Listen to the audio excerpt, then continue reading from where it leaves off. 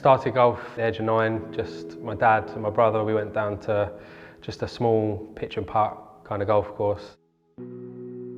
Just have a bit of fun. I was playing a lot of football at the time. Golf really wasn't kind of my main sport. Just really enjoyed it, enjoyed the competition and enjoyed having fun with friends as well as playing just golf.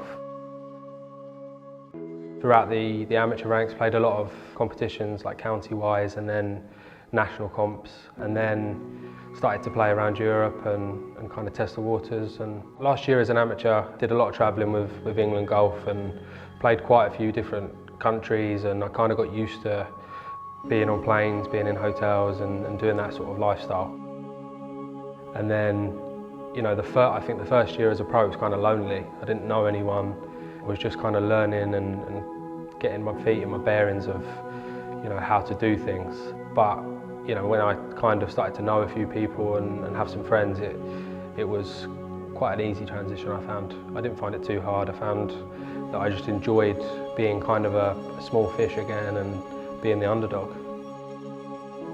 When I first started, I had invites. I didn't, you know, have a full category. I just turned pro after the Walker Cup. Tried to get into as many competitions as I could and climb the rankings. I went to Oman. I think I was like 70th in the rankings, kind of just looking to get a card for next year. And then, you know, all of a sudden, 4 days later, just the most amazing week. At that point, I hadn't really been in like final groups or played with, you know, the bigger names. I remember I played with Ben Ann on the Sunday, and that was, you know, just a great experience, and I learned a lot about myself and my game that week, and I knew I could contend, and I knew I was kind of good enough for the tour. Start of that year, I was more of a favourite than an underdog. A bit more known, I guess, because obviously I'd won. A couple of good finishes in Kenya and places, and then Denmark was, you know, really tough, really windy, kind of my type of game. There was only like 4 or 5 months between the 2 wins, so it was kind of a big high, and you know, I tried to just keep continuing the golf from there.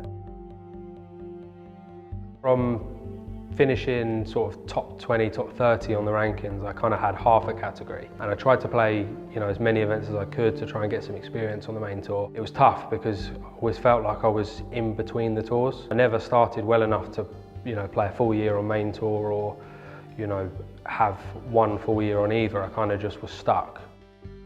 When I had the taste of a full year, even in that full year, you know, I missed out narrowly on like the Rolex events and the big ones like Wentworth and, you know, like Irish Open, Scottish Open. So I wasn't fortunate enough to play those, and I wanted more.